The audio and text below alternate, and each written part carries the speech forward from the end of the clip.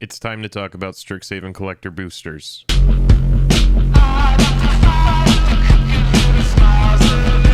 I said that we were going to do it. I'm here, and now it is time. I've put together the perfect video that briefly goes over the history of collector booster products and how Strixhaven is different. You're in the right place if you're on the fence about buying a Strixhaven collector booster box. The video starts right now.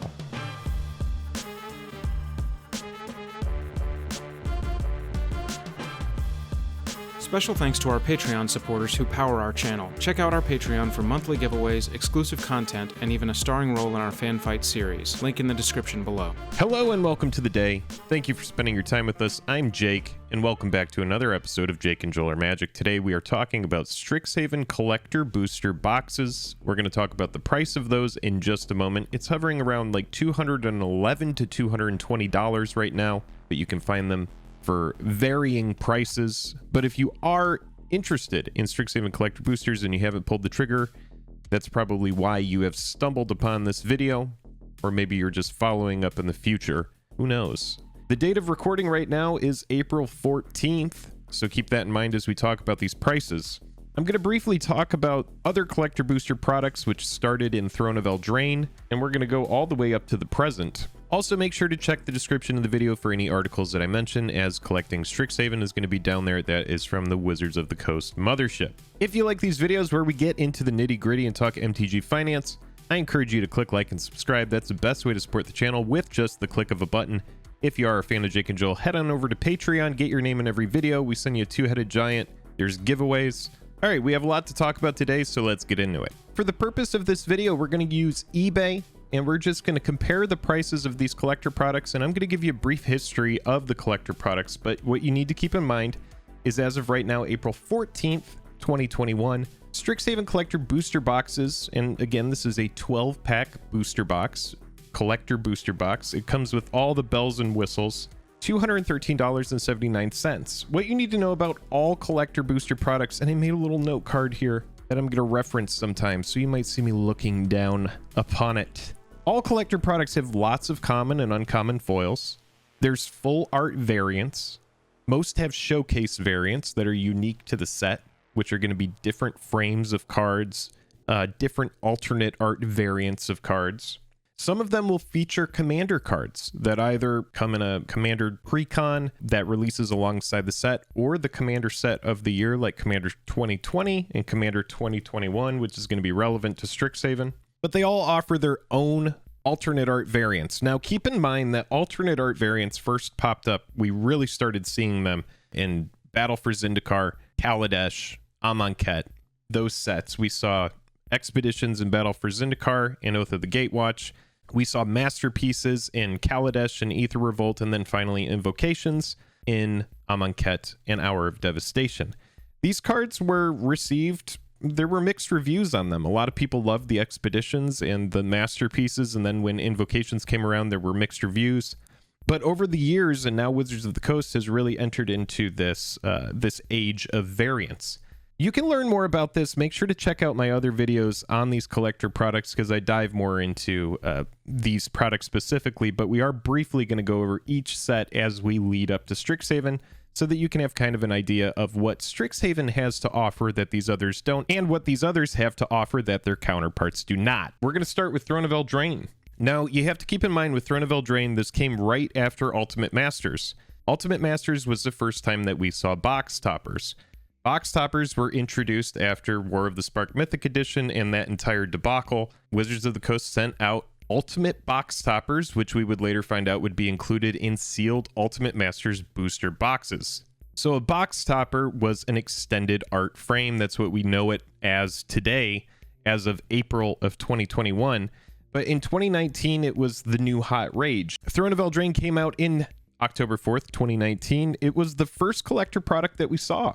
It's a set that brought Oko and the Great Hench, two incredibly powerful cards. It also brought us a storybook frame. You're going to see variants. I'm going to talk about different variants throughout this video. The Showcase Storybook variant was unique to Eldraine. That's the first time that we saw that. Full art cards, the full art foils are actually rare, very rare. Only like 3 to 4 per box. That changes a lot over time. But you can see Throne of Eldraine, $300 product. sometimes you don't have to be best if you're first. There's people that want to acquire this product just because it's the first collector product that exists. Also, keep in mind there was a deluxe edition that released alongside Throne of Eldraine that was very poorly received, and Wizards of the Coast has not revisited that. I don't expect them to, and I don't think that they should.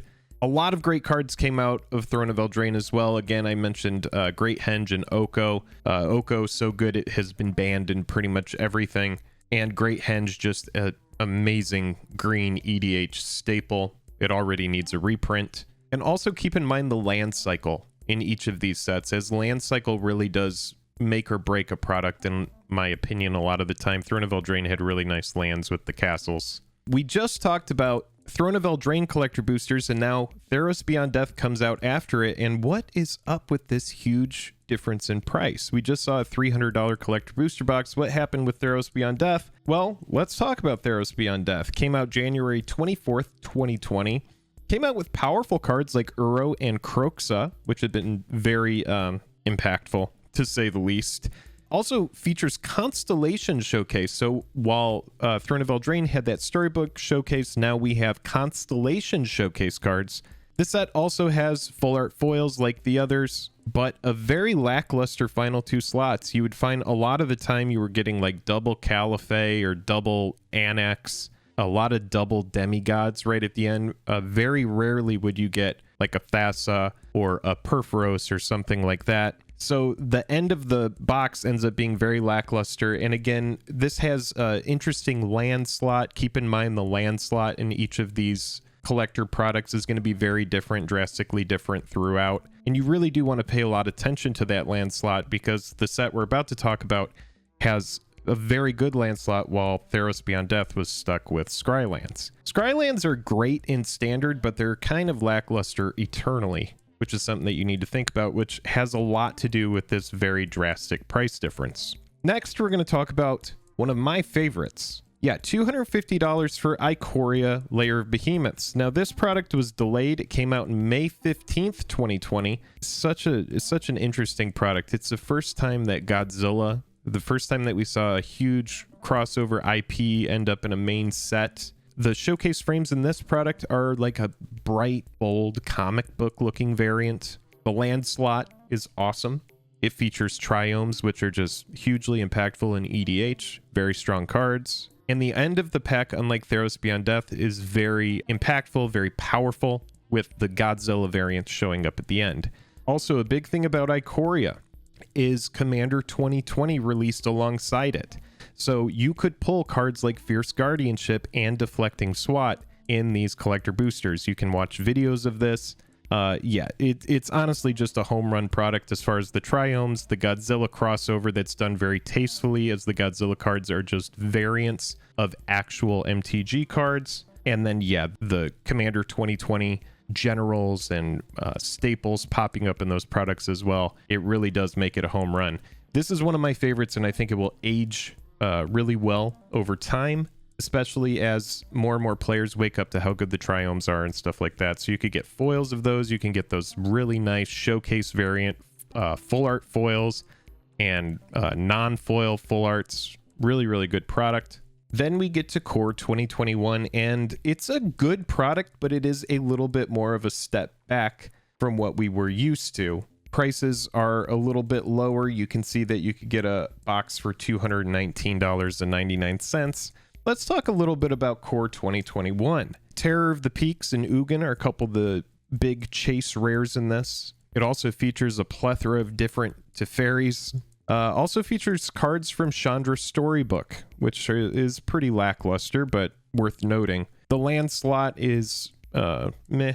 It's Scrylands again. The showcase variants are just a unique frame. You can kind of think about like Basri and just Liliana from the set. If you remember, it's just like it kind of reminds me of like the promos that you would pull in some of the recent promo packs. It's just like a different variant on the modern frame, but still cool. There's also Commander staples and variants for important cards like Solemn Simulacrum and Cultivate. The set also brought back Grim Tutor, one of the scarcest MTG cards in history, and the price does reflect that. It does have, in some instances as well, foil issues. There's like lines going across cards. You know, where Ikoria was like firing on all cylinders, this product came out and it was like, yes, you could open Grim Tutor and a bunch of different Teferis. You could open Ugin, Fiery Emancipation, which is one of my favorite cards. Again, Terror of the Peaks,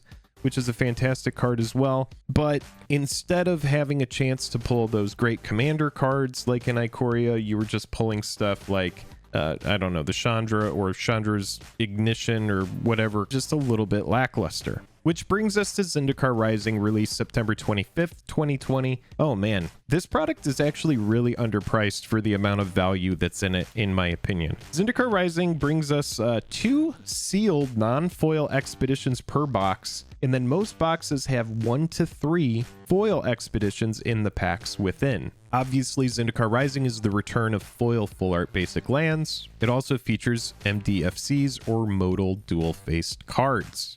Unique to Zendikar Rising, these modal dual-faced cards feature a land on one side and an effect on the other. MDFCs have also proven to be very good in EDH, and I really do think this product will age well when you think about the cards that have yet to see the test of time that are already doing well, coupled with the fact that you can pull Scalding Tarn and Verdant Catacombs and Cavern of Souls and Wasteland, among other very good cards like Ancient Tomb and just so many others. I do think that Zendikar Rising is underpriced given the amount of value and potential that this set has. But yeah, just my 2 cents. And then we find ourselves at Commander Legends Collector Booster Boxes, $329.99. These are essentially $350 boxes after shipping. Came out November 20th, 2020, and this is the first collector product that is centered around Commander only. These are not standard legal cards. This set is specifically for the biggest,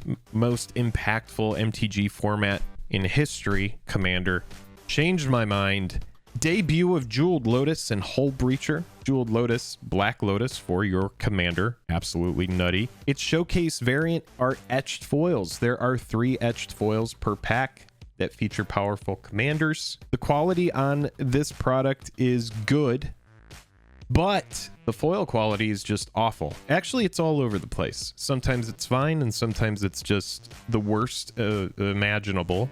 A lot of fading on the cards, a lot of curling on the cards. It's the worst foil quality sometimes since Modern Masters 2015 in Commander Legends. Also, quality cards appear in Commander Legends Collector Booster in full art treatment, like Command Tower and Soul Ring, Thought Vessel, among many others. So for players that are looking for or prefer the full art treatments of cards, then Commander Legends is a very good product for that. You can see that despite the foil issues, the product is very well received. That Jeweled Lotus I do think will age well among the Mana Drain, Vampiric Tutor, Hull Breacher, which came out, Opposition Agent, which is pretty good. I like the Courts as well. I think they're good. I think the product is just, it's solid, man. It's a solid product. Also, like the other products we've talked about, there is a chance to pull pre-con cards in this product. And the etched foiling, I will say, before we start talking about call time, the etched foiling, those cards, quality, man. They looked really good. I know that some people had issues with them or like little spots appeared on them sometimes, but as far as curling goes, I never had any curling on etched foils. And yeah, they look good. The big card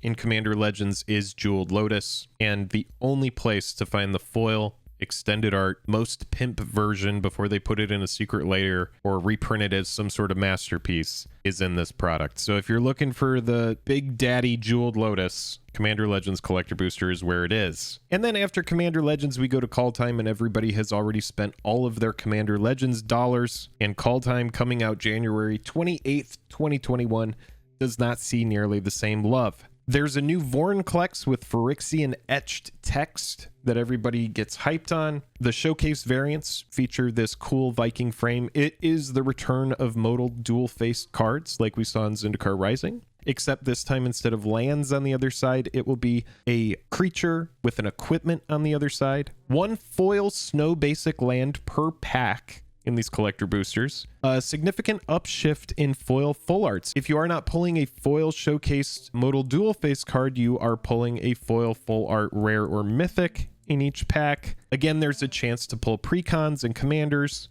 despite all of the snow hype, despite these new modal dual face cards, you can see call time collector boosters are oftentimes sitting on shelves. It all comes down to what are the lands, what are the showcase cards, how good are the cards in each set for Commander. That really helps determine the price of these products on the secondary market. Now that we've talked about the previous collector booster products, let's go ahead and talk about Strixhaven. So you can see the price of the box right now is $213.79. We've seen some collector booster products today that have been as high as $350. We've seen some that have been as low as $175 with like Theros Beyond Death, and call time is pretty low as well. So let's break it down. Is it worth it to buy this now, or should you wait? Well, Strixhaven releases on April 23rd, 2021. It features the most notable thing, the Mystical Archive. We'll talk about that in a second. It reminds me a little bit of Ikoria in a way. I wrote this down as far as it releasing alongside a Commander product. So, like in Ikoria, you were pulling stuff like Deflecting SWAT, Fierce Guardianship. Whatever the big hits are in Commander 2021, you're going to be able to pull those in Strixhaven as well, which is going to be a big, huge plus for this product. I'm not super stoked on the land slot like I was in Ikoria. I do think that the Triomes, which allow you to cycle, they're fetchable lands. I mean, God, I really don't know how you top Triomes in the long term. Those are just, they're so great. But the regular Mystical Archive cards, you need to know this. They are going to be abundant. They will not be rare. What do I mean by regular Mystical Archive cards? Those are the Mystical Archive cards that are going to appear in regular draft booster boxes. And I just watched a video over at Bad Boy Gaming. He cracked a regular Strixhaven draft booster box yesterday. I'm not going to tell you what the Mystical Archive cards were, but I will tell you the breakdown of how many there were and what their rarities were. There were 26 uncommons. 2 of them were foil. There were 10 rare Mystical Archive cards. 1 was foil. And there were 3 mythic Mystical Archive cards. All right. So keep in mind, that's a total of 39 global treatment. Remember, global treatment is going to be what appears in all languages. Japan is going to get their own specific variants that are going to appear alongside the global treatment variants in their products. We're going to talk about that again in a second. But just keep in mind that the non-foil, non-alternate art Mystical Archive cards are not going to be rare. So don't splurge and start trying to buy those as soon as they start popping up on the market, thinking that they're going to be crazy rare cards. They just aren't going to be. But the Mystical Archive is really the big thing about Strixhaven. This is what we care the most about. Again, I told you in the beginning of the video that all of these collector booster products have a ton of foil commons, a ton of foil uncommons, foil rares. There's going to be full art cards. There's going to be showcase variants. All of that jazz is going to appear in this product like everything else. But again, those 2 big things are going to be Mystical Archive and the fact that Commander cards from Commander 2021 are going to appear in these booster packs, these collector booster packs. So Japan draft booster boxes and set booster boxes and collector booster boxes are all going to have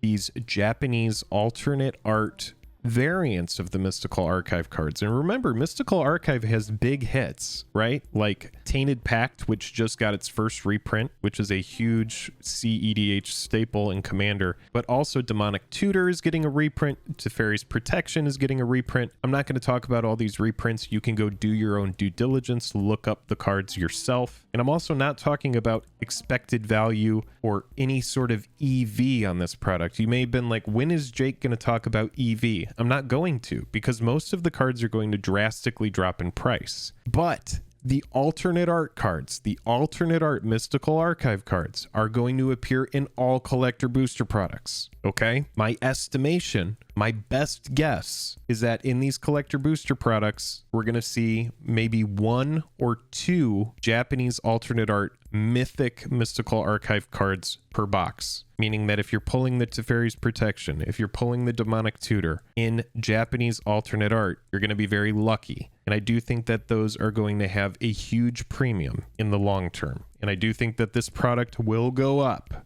I do. But remember, you don't need to go buy Japanese products if you want to pull those alternate arts, because there will be 1 Japanese alternate art Mystical Archive card per collector booster pack, period. Any language, they will have it. So don't go run to the hills being like, oh, I need to buy Japanese collector booster boxes at a premium because I need to have a better chance of getting those mystical archive cards. Yes, that is true for draft and set booster boxes, but that is not true for collector booster boxes for Strixhaven. You will be able to find those cards, rest assured, at your local game store. If they're selling this product, you can get those cards. Also expect most of them to be uncommons. Expect to be pulling alternate art opt, alternate art duress, alternate art cultivate, but if you do get lucky, you might be able to snag an alternate art demonic tutor, which is probably going to be the Holy Grail or the again, the Teferi's protection, among many other cards.